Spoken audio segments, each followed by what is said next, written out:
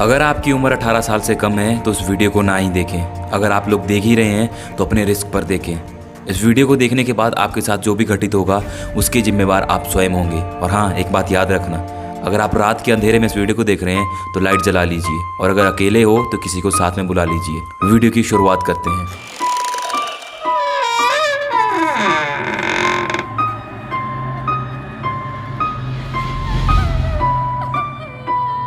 ये कहानी हमें हिमाचल प्रदेश के जिले हमीरपुर से शिव कुमार जी ने भेजी है। शिव कुमार जी बताते हैं कि भूत प्रेत होते हैं और उन्हें मैंने महसूस किया हुआ है।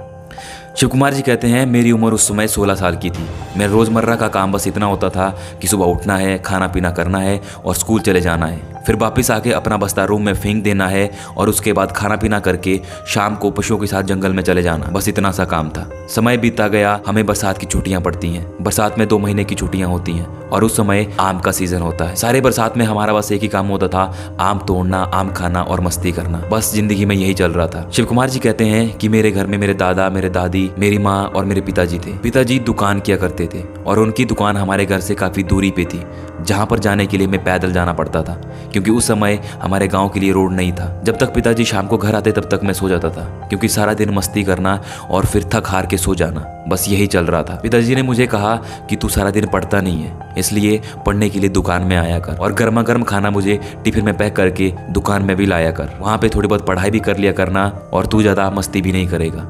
पढ़ाई का नाम सुन के तो मैं पहले मना करने वाला था, लेकिन फिर मुझे ध्यान आया कि दुकान में जाके थोड़े बहुत मिठाई खा लिया करूँगा, जिस वजह से मैंने पिताजी को हाँ कर दी। और फिर मेरा वो वाला रूटीन भी शुरू हो गया। मैं सुबह 11 बजे निकलता और पिताजी को खाना दे देता। ऐसा करते करते मुझे एक हफ्ता बीत जाता है। एक दिन मैं दुकान की तरफ जा रहा था। जिस रास्ते से मुझे दुकान की तरफ जाना था उस रास्ते में जंगल आता है और उस रास्ते में 4-5 पेड़ आम के ऐसे थे जो बहुत ज़्यादा मीठा हुआ करते थे। मैं जैसे ही उन पेड़ों के पास पहुंचता तो मैं रोज आम तोड़ के दुकान के लिए मेरे पिताजी को भी ले जाता और खुद भी खाता। उस दिन मैं थोड़ा लेट हो गया था। दोपहर के 12 बज गए थे। मेरी माँ ने टिफिन पैक करवाया और मुझे भेज दिया, पर मेरे दादा ने मना कर दी कि अभी मत जा। फिर दादा ने कहा कि तू आज रहने दे, अपनी दादी को भेज या फिर अपनी मम्मा को भेज दे। लेकिन मैंने बात नहीं मानी, क्योंकि मुझे मिठाई से मतलब था। मैं सोच रहा था आम भी तोड़ूंगा और मिठाई भी खाऊंगा, क्योंकि दुकान में मजे आ रहे थे। दादा ने मुझे फिर कहा, तू आज नहीं जाएगा, अगर जाना है तो 1 बजे जाना, अभी मत जाना। लेकिन मेरे दादा की बात नहीं सुनी और मैं चुपचाप से वहाँ से निकल गया। मेरे दादा फिर मुझे गालियाँ देते हुए कहते हैं कि वापस घर आ जा, मत जा। फिर मैं वापस आ गया और घर में बैठ गया। दादाजी थोड़ा सा काम करने के लिए इधर उधर निकले और मैं सीधा वहाँ से फरार होकर निकल गया दुकान के लिए। दोपहर के 12:20 हो रहे थे। मैं उस जंगल के रास्ते से निकल रहा था कि तभी उन पेड़ों के पास पहुँचा। मैंने सोचा आज वैसे भी लेट हो ही चुका हूँ तो पिताजी को कह दूंगा कि घर में खाना लेट बना था, इसलिए मैं आज लेट हो गया हूँ। मैंने सोचा थोड़े बहुत आम तोड़ लेता। मैंने 4-5 आम तोड़े और फिर सोचा कि 2-4 आम और तोड़ लेता हूँ ताकि पिताजी को भी ले जा सकूँ। मैंने आम तोड़ना शुरू किया। मैंने पत्थर उठाया और आम को मारने लगा। तभी साथ में बह रहे नाले के पास से वहाँ बहुत बड़ी बड़ी झाड़ियाँ थी। वहाँ से थोड़ी सी शशड़ाहट की आवाज़ आती है। मैंने ध्यान नहीं दिया। मैंने सोचा कोई जंगली मुर्गा होगा या फिर कोई पशु होगा। गांव वाले पशु छोड़ा करते थे। जब मैंने दूसरा पत्थर फेंका तो वहाँ पे एक बार फिर से और शशड़ाहट की आवाज़ आई। मैंने फिर ध्यान नहीं दिया, सोचा कोई पशु होगा। फिर मैंने एक और पत्थर फेंका तो मैंने देखा कि वहाँ पे ऐसी आवाज़ आई मानो जैसे पूरी ज़मीन हिल गई हो। ऐसा लगा कि जैसे कोई बहुत भारी चीज़ वहाँ से भाग रही है। मैं डर गया। मैं थोड़ा सा आगे निकला और वहाँ से पत्थर मारना चाहा। जैसे मैंने उस झाड़ी के बीच में पत्थर मारने की सोची ही थी, उठाया ही था, कि तभी वहाँ से एक ऐसी चीज़ सामने आई कि मेरे होश उड़ गए। रीछ के बारे में मैंने सिर्फ उस समय टीवी में देखा था, सिर्फ सुना था, लेकिन वो रीछ नहीं था, वो कुछ और ही था। काले बाल, बिल्कुल काला, लंबे लंबे बाल। मेरे तो होश उड़ गए। पैरों के नीचे से जमीन खिसक गई। मुझे लगा कि ये बस मुझे खाने ही वाला है। मैंने टिफिन पेड़ के नीचे रखा हुआ था। मैंने ना आर देखा ना पार देखा। मैं वहाँ से इतनी स्पीड में भागा जितना मैं आज तक नहीं दौड़ा था। खड़ी चढ़ाई में फिर भी मैं दौड़ता गया। थक हार के मैं घर पहुंचा। घर पे कोई नहीं था।